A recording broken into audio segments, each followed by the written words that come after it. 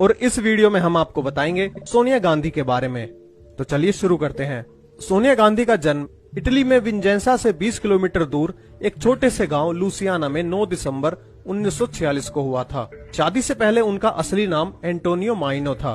उनके पिता का नाम स्टीफनो माइनो था, जिनका एक कंस्ट्रक्शन का बिजनेस था, और वे बेटिनो मुसेलिनी, जो कि इटली का तानाशाह था, उसकी सेना में काम करते थे। वे एक फांसीवादी सिपाही थे, जिन्हें रूस में 5 सालों के लिए जेल भी हुई थी। उनकी माता का नाम पाओलो माइनो था।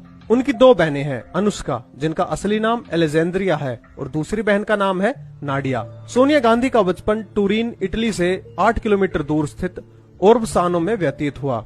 वहाँ वे रोमन कैथोलिक परिवार में पली बढ़ी। सोनिया गांधी ने अपनी शुरुआती शिक्षा एक कैथोलिक स्कूल मारिया एसोलेटरिस स्कूल में अपने 13वें वर्ष तक की। इसके बाद 1964 में वह कैम्ब्रिज विश्वविद्यालय में बेल एजुकेशन ट्रस्ट के भाषा विद्यालय में अंग्रेजी भाषा का अध्ययन करने गई। परंतु सुब्रमण्यम स्वामी ने आरोप लगाया है कि सोनिया गांधी कभी कैम्ब्रिज विश्वविद्यालय गई ही नहीं। उन्होंने बताया कि वे एक बार कैम्ब्रिज विश्वविद्यालय में एक लेक्चर देने के लिए गए हुए थे, तो उन्होंने वहाँ कॉलेज के अधिकारियों से पूछा कि सोनिया गांधी कॉलेज के दिनों में कैसी स्टूडेंट थी। तो अधिकारियों ने उन्हें बताया कि सोनिया गांधी नाम की कोई लड़की यहाँ नहीं पढ़ती थी। तो स्वामी जी ने सोनिया का दूसरा नाम बताकर पूछा, लेकिन इस नाम से भी कोई नहीं पढ़ता था। और स्वामी जी इस तथ्य को यूनिवर्सिटी से लिखवा कर लाए थे कि सोनिया गांधी या एंटोनियो माइनो नाम की कोई भी लड़की यहाँ नहीं पढ़ती थी, बल्कि सोनिया गांधी ने लेनोक्स स्कूल से इंग्लिश भाषा का कोर्स किया था, और ये स्कूल भी 1970 में बंद हो गया था। अंग्रेजी भाषा का कोर्स पूरा होने के बाद सोनिया गांधी ने वेरा सिटी रेस्टोरेंट में एक वेट्रेस के रूप में काम करना शुरू कर दिया। यहीं सोनिया गांधी की मुलाकात राजीव गांधी से हुई, जो उस समय कैम्ब्रिज के ट्रिनिटी कॉलेज में पढ़ते थे। ऐसा नहीं है कि केवल राजीव गांधी ही सोनिया से मिलने वाले उनके पुरुष मित्र थे। उनसे मिलने वाले अन्य पुरुषों में माधवराव सिंधिया तथा एक जर्मन पुरुष स्टिगलर प्रमुख थे, जो कि सोनिया के घनिष्ठ मित्रों में से थे। सोनिया गांधी की माधवराव सिंधिया से मित्रता राजीव गांधी के विवाह पश्चात भी लंबे समय तक जारी रही। चलिए वापस चलते हैं राजीव गांधी पर। राजीव गांधी ने 1962 से 1965 तक कैम्ब्रिज में मैकेनिकल इंजीनियरिंग में दाखिला लिया, लेकिन वह परीक्षा पास नहीं कर सके। इसलिए 3 साल फेल होने के बाद उन्होंने 1966 में लंदन के इंपीरियल कॉलेज में दाखिला लिया, लेकिन यहाँ भी डिग्री पूरी किए बिना ही कॉलेज छोड़ दिया। के.एन. राव ने अपनी पुस्तक में लिखा है कि राजीव गांधी सोनिया गांधी से शादी करने के लिए एक कैथोलिक क्रिश्चियन बने और अपना नाम रॉबर्टो रखा, जिसके बाद उनके 2 बच्चे हुए, जिसमें से लड़की का नाम बियंका रखा और लड़के का नाम रखा राहुल। और भारत की जनता की आंखों में धूल झोंकने के लिए राजीव सोनिया का हिंदू रीति रिवाजों से पुनर्विवाह करवाया गया, और बच्चों का नाम बियंका से बदलकर प्रियंका और राहुल से बदलकर राहुल कर दिया गया। 1968 में दोनों का विवाह होने के बाद सोनिया गांधी भारत में रहने लगी। पहले सोनिया गांधी हर 5 वर्ष बाद विदेशी कानून के तहत भारत में रहने का परमिट लिया करती थी। यह परमिट उन लोगों को दिया जाता था जो कि अस्थायी तौर पर भारत में रहने आते हैं। सोनिया गांधी ने सर्वप्रथम भारत में रहने का परमिट 1968 में प्राप्त किया था, जब वो पहली बार राजीव गांधी के साथ भारत आई थी। 1973 में 5 वर्ष की समाप्ति पर अगर वे चाहती तो भारत की नागरिक बन सकती थी, लेकिन 1973 में उन्होंने पुनः आवेदन करके अगले 5 वर्षों तक भारत में रहने का परमिट प्राप्त किया। इसके बाद 1978 में उन्होंने दोबारा अगले 5 वर्षों के लिए भारत में रहने का परमिट लिया, और भारत का नागरिक बनने का आवेदन भी सोनिया गांधी के नाम से नहीं, बल्कि एंटोनियो माइनो के नाम से किया जाता था। सोनिया गांधी ने भारत की नागरिकता विवाह के 15 वर्ष के बाद यानी 30 अप्रैल 1983 को ली थी।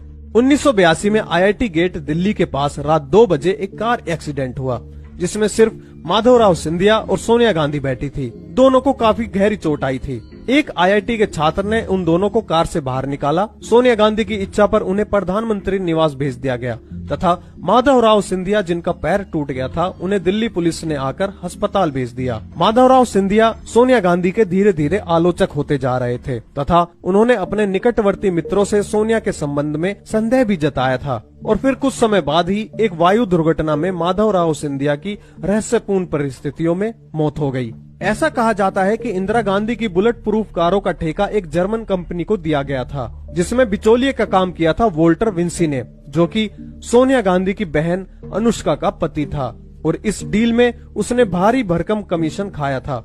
इसके बाद 1986 में वोल्टर विंसी को भारत की एसपीजी को इटालियन सुरक्षा एजेंसी द्वारा प्रशिक्षण दिए जाने का भी ठेका मिला, और इस सौदे के लिए उसने नगद भुगतान की मांग भी की थी, और वो भुगतान सरकारी तौर पर किया भी गया।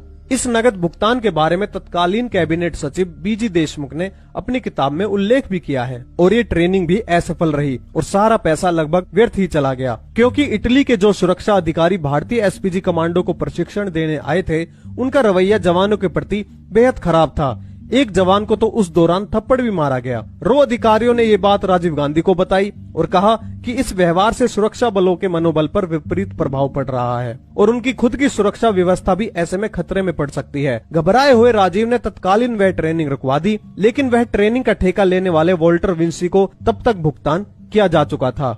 ऐसा कहा जाता है कि इंदिरा गांधी को बेशक गोलियां मारी गई थी, लेकिन उनकी मृत्यु उनके दिल या दिमाग को गोलियां लगने से नहीं, बल्कि बहुत ज्यादा खून बह जाने के कारण हुई थी। जब इंदिरा गांधी को गोली लग चुकी थी, तब सोनिया गांधी ने अजीब व्यवहार करते हुए बजाय उनको एम्स ले जाने के, उसकी विपरीत दिशा में डॉक्टर राम मनोहर लोहिया हॉस्पिटल में ले जाने पर जोर दिया और बाद में अपना मन बदलते हुए फिर से फैसला बदला और इंदिरा जी को एम्स ले जाया गया। इस बीच करीब 24 मिनट बर्बाद हुए और ऐसा सोनिया गांधी ने क्यों किया, ये सिर्फ वही बता सकती हैं। स्विट्जरलैंड की प्रसिद्ध पत्रिका स्केविट्जर इलस्ट्रेट के नवंबर 1991 के अंक में छपी खबर के अनुसार राजीव गांधी के स्विस बैंक में लगभग $2 बिलियन रुपए खाते में मौजूद थे और ये खाता राजीव गांधी के मरने पर सोनिया गांधी को प्राप्त हो गया। मैगजीन में ये भी दर्शाया गया है कि रशिया की खुफिया एजेंसी केजीबी ने सोनिया गांधी, जो कि भारतीय राजनेता से विवाहित हैं, उसे इतनी मोटी रकम क्यों दी। वहीं retire Indian police service officer Malay Krishnadhar के द्वारा लिखित किताब ओपन सीक्रेट में यह खुलासा भी किया गया है। मलय कृष्णाधर ने 29 वर्षों तक इंटेलिजेंस ब्यूरो में सेवा दी थी। उन्होंने कहा है कि मेरी मेहनत भरी रिसर्च रंग लाई। उन 4 मंत्रियों यानी इंदिरा सरकार के कैबिनेट मंत्री और 2 दर्जन सांसद केजीबी, जो कि रूस की जासूसी एजेंसी है, उसके लिए काम करते थे। केजीबी इन्हें इसके लिए मोटी रकम देती थी। इस किताब में उन्होंने सोनिया गांधी पर आरोप लगाते हुए कहा है कि सोनिया गांधी एक केजीबी द्वारा भेजी हुई जासूस है। इसके साथ ही जब इंदिरा गांधी और राजीव गांधी प्रधानमंत्री थे, उस समय ऐसा कोई भी दिन नहीं जाता होगा कि जब बिना जांच के डिब्बों में भर भर कर सामान दिल्ली तथा चेन्नई अंतर्राष्ट्रीय हवाई अड्डे से रोम ना जाता होगा। ये सारा सामान एयर इंडिया तथा एलिटेलिया जहाजों में जाता था। कांग्रेस के नेता अर्जुन सिंह पहले मुख्यमंत्री के रूप में तथा बाद में कैबिनेट मंत्री के रूप में सोनिया के कार्यक्रमों को अंजाम दिया करते थे। यहाँ से पुरातात्विक महत्व की बहुत सी वस्तुओं को पहले इटली की 2 दुकानों, जिनका संचालन सोनिया गांधी की बहन अनुष्का किया करती थी, में पहुँचाया जाता था। इन दुकानों के नाम रिवोल्टा में एटनिका और बसानो में गणपति नाम से थे। यहाँ से झूठा बिल बनाकर इन सामानों को इन्हें लंदन नीलामी द्वारा बिक्री हेतु भेज दिया जाता था। इसमें से कुछ धन राहुल गांधी के नेशनल वेस्टमिनिस्टर बैंक तथा हांगकांग एंड शंघाई बैंक के लंदन स्थित खाते में जमा हो जाता था, परंतु इसमें से ज्यादातर धन कैमेन द्वीप स्थित बैंक ऑफ अमेरिका के गांधी परिवार के खाते में जमा किया जाता रहा। इस मामले में सीबीआई ने तो साल 1993 में भारतीय एंटीक चुराने वालों का पता लगाने के लिए एफआईआर तक दर्ज की थी, लेकिन उस समय केंद्र में कांग्रेस की सरकार थी और मध्य प्रदेश में भी। सोनिया गांधी के विश्वस्त माने जाने वाले अर्जुन सिंह तब मध्य प्रदेश के मुख्यमंत्री थे। अर्जुन सिंह की मदद से सरकार पर दबाव डालकर उस एफआईआर में सोनिया गांधी का नाम ही नहीं डाला गया। आरोप है कि इस संकट से बचने के लिए सोनिया गांधी ने सिर्फ अर्जुन सिंह का ही नहीं, बल्कि कला विशेषज्ञ मार्तंड सिंह, पाकिस्तानी दंपत्ति मुनीर और फरीदा अताउल्लाह, लंदन में रहने वाले पाकिस्तानी मूल के आईएसआई एजेंट सलमान तासिर के अलावा लिट्टे की भी मदद ली थी। राजीव गांधी की मृत्यु के बाद कांग्रेस के नेताओं ने सरकार संभालने के लिए सोनिया गांधी को बुलाया, पर उन्होंने इनकार कर दिया और कहा कि राजनीति से वह दूर रहने वाली हैं। लेकिन परिस्थितियों को देखकर 1997 में राजनीति से जुड़ गई।